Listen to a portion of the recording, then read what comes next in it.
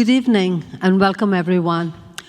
I actually invited Michelle Obama to make an introduction of our panel, but she did not know how to use AI as well as her husband. So I will make the introductions. First of all, I want to welcome all of you. We're going to have a very engaging conversation on how AI impacts the creative industries. And with us this evening, we have three distinguished panelists who are experts in this field. Beverly Macy, Acting Executive Director, UCLA Center for Media, Sports and Entertainment. Jeff Burke, Professor and Associate Dean, UCLA of Theater, Film, and Television. And Charles Sims, CTO, United Talent Agency. So Helix gave us a very good intro onto AI, the pros, the cons, the good, the bad, the ugly, the fun factor. It's a very tough act to follow, but Helix, we're going to do our best here. So you got to cheer for us, okay? All right, thank you. So as we know, creative industries are created as pinnacles of human imagination and innovation. However, the rapid advances of AI over the past year have introduced a profound shift in the landscape of creativity, leaving no sector untouched. So our distinguished panel here will delve into the evolving and dynamic relationship between AI and the creative industries, investigating, of course, the transformative impact and far-reaching implications of AI's recent progress, pushing the boundaries. So with that, I would like to get into the questions. You could move forward, please. Yeah. So let's talk a little bit about the creative landscape and academia. So maybe I'll start with you, Charles. As AI continues to shape the creative landscape, what are the top trends to maintain a competitive edge and foster innovation? Go ahead, please. Yeah. Well, so in entertainment and in AI specifically, things are changing so quickly. In what used to be years, months are now changing, like the landscape is changing in days. The ability to spin up a platform like Felix just showed us, get something out there that is truly transformative is amazing, but at the same time, the implications are what are scaring a lot of people as they think back of, wait, I just put 10 photos up there, now are those going into another model that is able to use my information? So I think a lot of the top trends are both understanding and being educated on what is available and what's out there, but not letting everything either be a boogeyman or the silver key. And so that's the level-headedness that at least I try to approach when we're talking about AI. And Jeff, you know, you specialize in research in the space. So what new areas of research are emerging in AI that are most exciting besides LLMs? So I guess besides ChatGPT, which kind of took this out into, I think, everybody's mindset and the sort of popular zeitgeist, I think, so an example technology might be neural radiance fields, or NeRFs. So these are the idea of, instead of shooting a photo of a room, you might capture a model that captures aspects of not just the 2D layout, but the 3D layout. The lighting allows you to manipulate that image in a new way. And so what's sort of representative about that example to me of what's coming in research is that these techniques will not just be about a new way to generate something that we already have, an image, a video, and so on, but new ways of exchanging media, new types of media that we haven't seen before. So that's sort of the research area that's one of the areas that's most exciting to me. And Beverly, you know, talking about academia, what is the current thinking on AI applications in the academia environment? And do you think, how do you prepare your students for the creative industry as it's changing so much? Well, as has been told by Helix in his great talk, and then also from my other panelists, everything is changing so rapidly that it's hard to get your arms around where we need to be. I don't speak for UCLA when I say this, but in the academic environment, looking at AI, so far it's been, no, we don't want to have anything to do with it. It's all about cheating. It's all bad. Or saying, wait a minute, could this be an assistant to learning? Could we use AI as a way of assisting students versus, giving them, quote, a way to cheat? And I think that in the academic environment, we're trying to sort all of that out. The bottom line is it will change education in the way that education is delivered, and it will also change the learner's environment as well. And we see that in examples of many are familiar with the Khan Academy, which has done great work in teaching children mathematics, et cetera. And they have their own new AI called Khan Amigo. You can look it up. And it is really acting as a tutor and as a partner in learning versus as a way to, again, cheat or try to do something that you're not supposed to do. So we're seeing a lot of developments that are occurring. They're happening quickly. And it's hard to keep up with it all, but quite exciting. Jeff, you have anything to add to that? Not yet. Maybe we'll come back to it. Okay. So let's talk a little bit about the talent agencies then. So Charles, and of course, Jeff, you can jump in too. So what role do talent agencies have in either empowering or protecting their clients with regards to generative AI? And what strategies should they employ?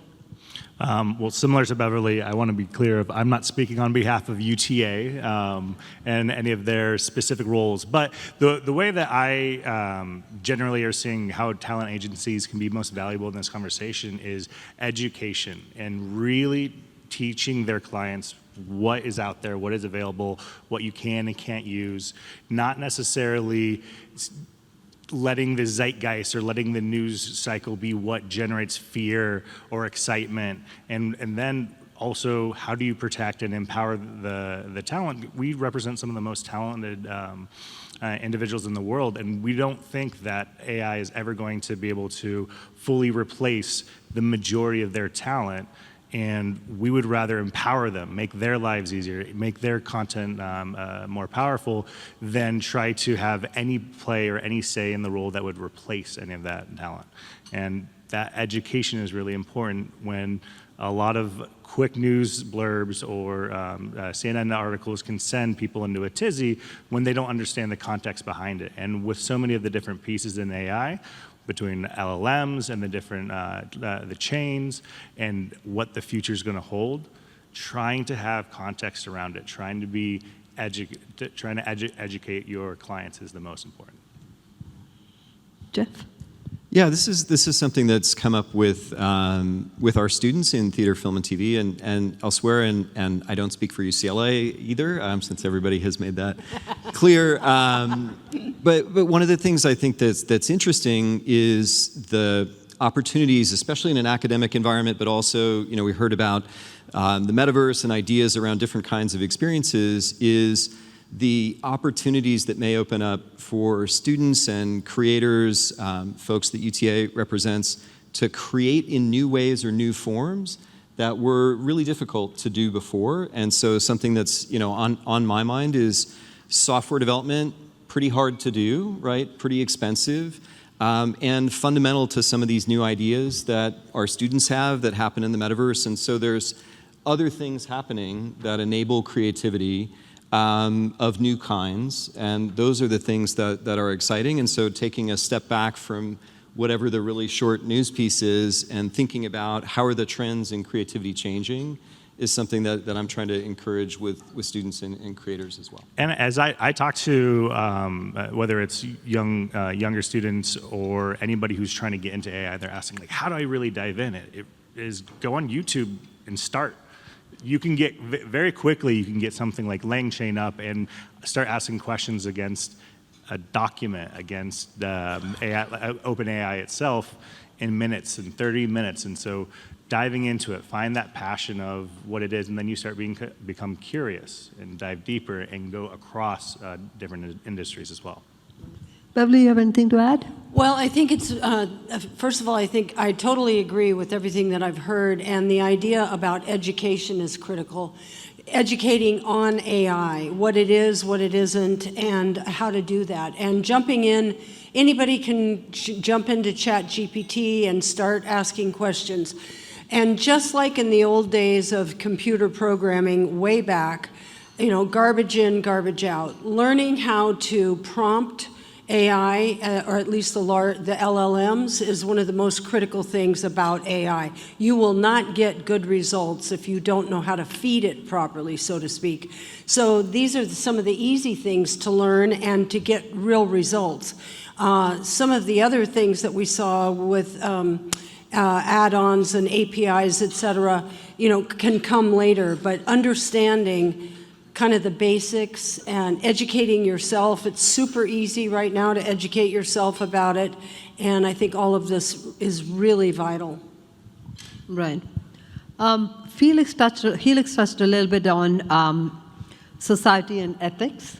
So what ethical and societal considerations should be considered as AI trends that could reshape practices and products in the creative industry? Who wants to go first? I'll start just to get started. This is such a huge topic, and I'm glad you brought it up also, Helix.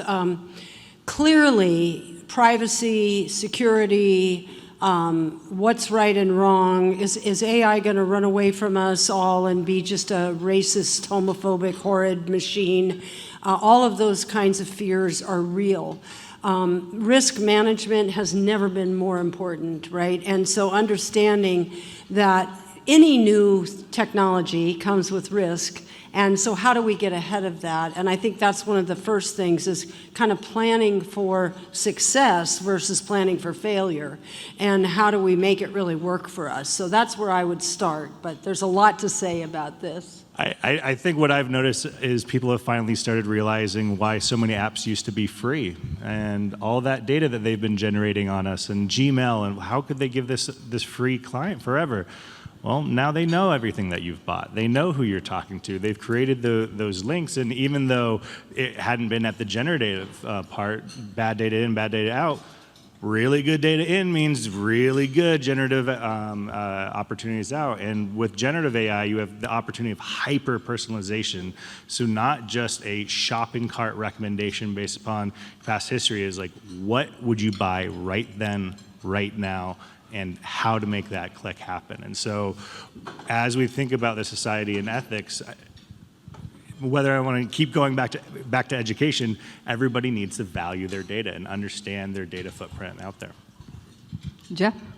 Yeah, I mean, I think technologies in general, right, embody the values of their creators, typically one way or another. And I think what's interesting about the ethical question to me right now is that the primary value, at least in most of the conversations around AI, is primarily efficiency. Things that we did already, doing them better, right? Doing them faster, saving money, changes to labor, and so on. And that's embedded even in some of the most interesting generative examples. But there are other human values beyond efficiency, and there are other sort of societal mechanisms to encourage those values to be embedded in technologies. We haven't done all that well with those things so far, right? But I think this is a chance to look at, I think Charles sort of alluded to it, right? We had data collection, and then social media and advertising that does a very good job of pointing algorithms directly at individuals based on the data that's collected. And as we look at AI more generally across other businesses and other sectors, we have a chance to kind of think about, would we do it differently now that we're doing it again and doing it more broadly? And it's a fascinating and really tough question. And I think just to also just mention this, what many don't realize is that, and Helix touched on this as well as others, that AI is already embedded in a lot of things that we're doing right now. Predictive analytics is not new.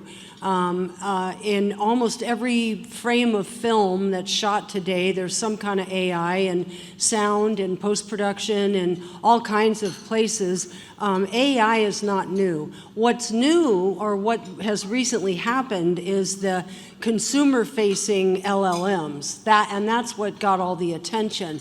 So we have been feeding the AI machine for a long time through our free use of all this data, et cetera. And yes, this whole concept of digital ownership, what is mine and what is theirs, is really going to come full force going forward.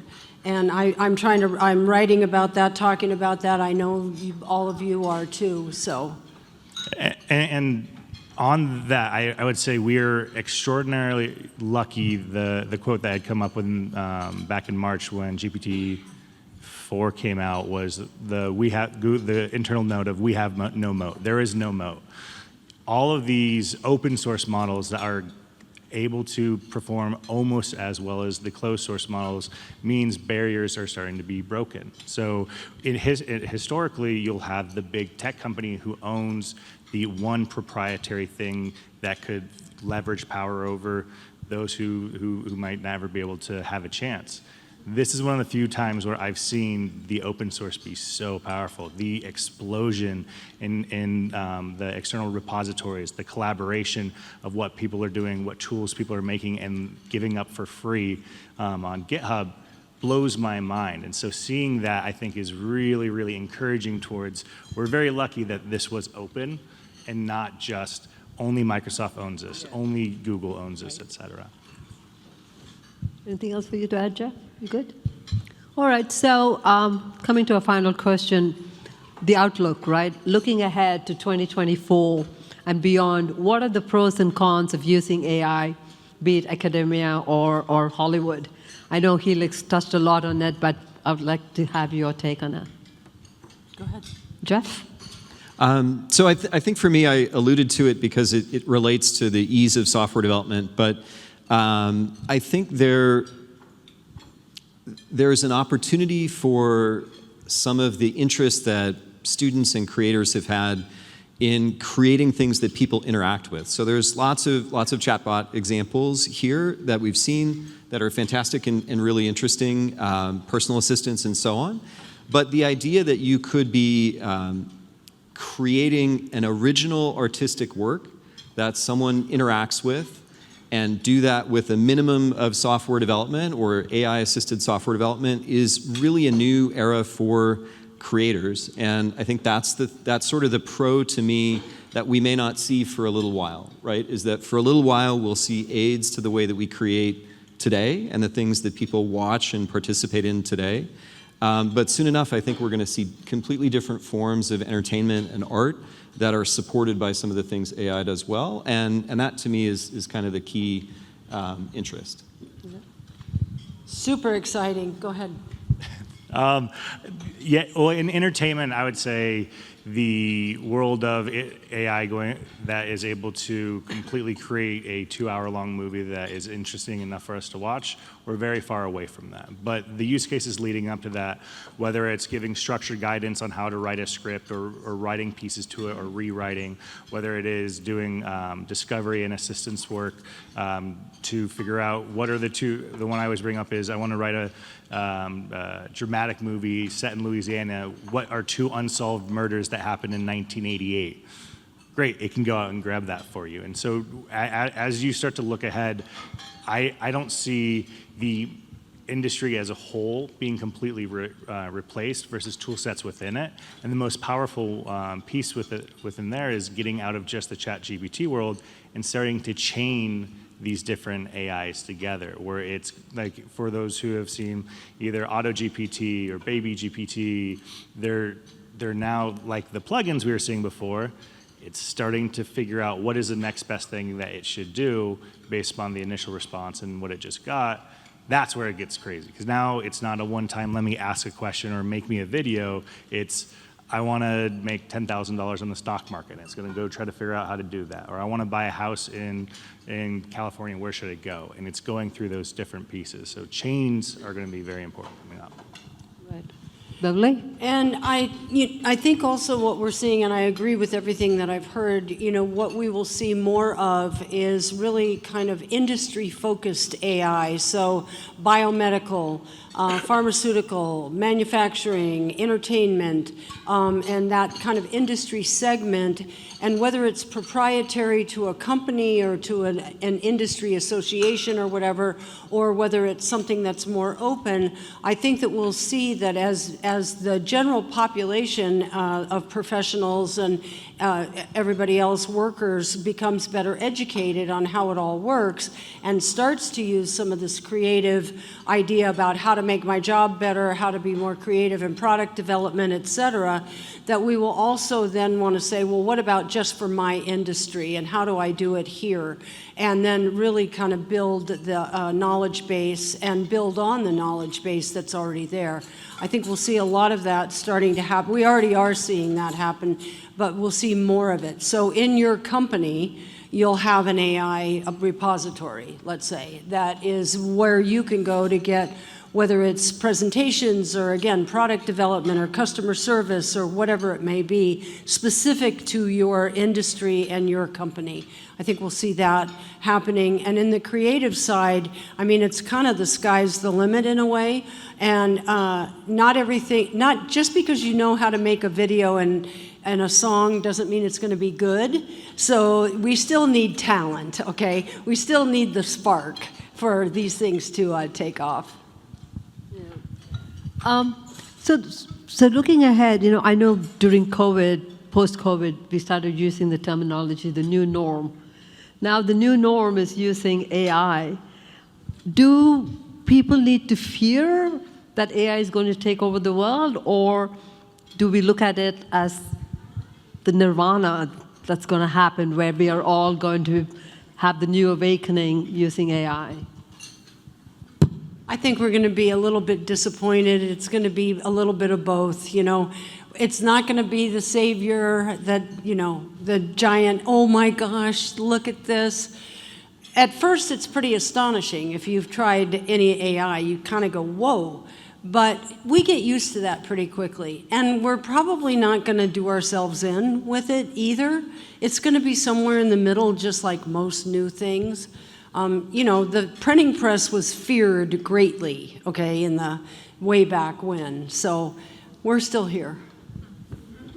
Yeah, I think the interest in an understanding of how to manage and regulate these technologies seems critical, right? There's something that feels new and has made a lot of people feel like there's a development that we didn't have before, who are experts in this area. But I am sort of in the camp that this is not going to end the world immediately. I guess the thing that, but eventually, Thank you. But I had one last thing when that gets quoted, it should continue with the rest, which is that these are technologies that we are building that are in our control. There is not somebody in like another planet that is dropping these technologies here, right? And so. We can choose how they get built, how they get deployed, and that's why I tend to be a hopeful person, and I think there are things that can be built into the way that we approach these technologies. But I think it will be a challenge. They feel like something new. Yeah. Prompt engineering has been this really hot topic lately, and everybody wants to go into prompt engineering. And I would say the opportunity is a creative individual that can think outside the box no matter what. So it's not just really heavy. The future of AI is getting the best prompt engineers to replace an entire slew of developers. It's getting those creative talent and just continuing to build that team of different thinkers, different ways that they can achieve a task, whatever it may be. As we look at replacing jobs, I would hope that the opportunity would be pivoted to how do we utilize these folks better and take away the stuff that they don't like doing or they don't want to do, so they can work on the things that aren't able to be done by AI yet. So as we wrap up, final words, 20 seconds each. I think it's very exciting, and we have nothing. Embrace it, learn it, play around with it. Don't be afraid. This is something that's exciting and new, and it's here to stay. It's not going away. I think it's all about the data, right? That's where the power of these things come from. That's where we need to put more attention. None of these previous statements were approved by UCLA and or UTA. Well, But they were approved by ChatGPT. there you Yes, go. exactly. Excellent. So thank you all so much.